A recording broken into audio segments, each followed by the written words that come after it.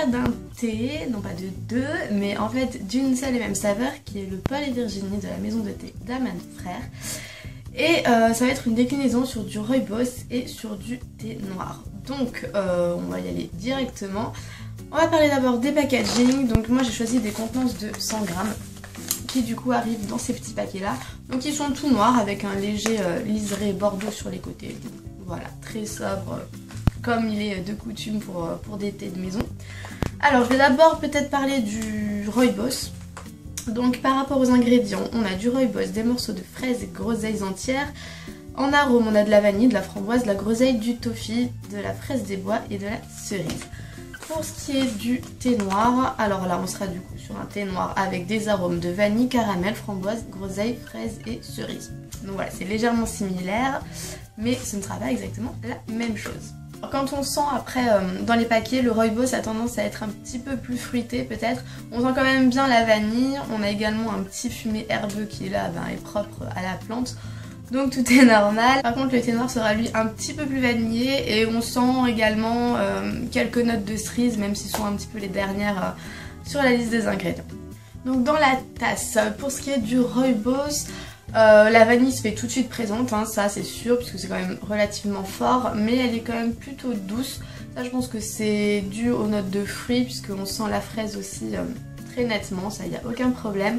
J'ai pas trop ressenti tout ce qui était groseille, framboise et cerise, par contre ça se fait plus en tonalité neutre et on sent tout de même une légère note de caramel sur la fin.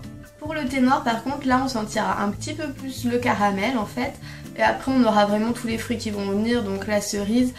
On aura également la framboise là que j'ai un petit peu plus senti que sur le rooibos, et par contre la fraise elle sera un tout petit peu plus atone, on l'aura plus en fin de tasse plutôt que vraiment présente comme sur le rooibos. Du coup ce que je pense de ces thés, de cette infusion et de ce thé, le rooibos a un tout petit peu de préférence par rapport au fait que il est quand même relativement doux et très fruité en fait.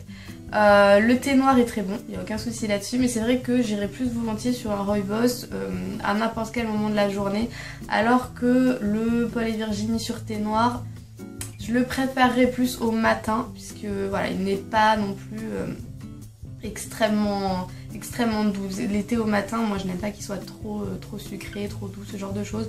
Donc c'est plus un thé que je consommerai au matin, alors que le rooibos, j'aime bien m'en faire le soir par exemple.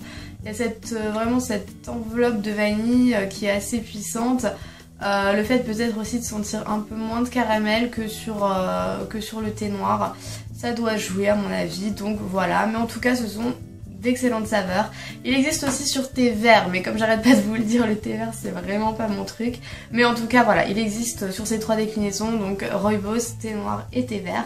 Et vous aurez également les liens en barre d'infos pour pouvoir le retrouver. Vous avez également l'article qui s'y trouvera, donc n'hésitez pas à le consulter. Et comme d'habitude, si vous avez des thés à me conseiller, j'y prends volontiers. Et j'ai du coup un gros article en cours de préparation sur tout ce qui sera thé gourmand cette fois-ci. Donc voilà, je m'y attelle, il me manque 2-3 petites choses et je vous filmerai tout ça dans la foulée. Donc je vous dis à très bientôt.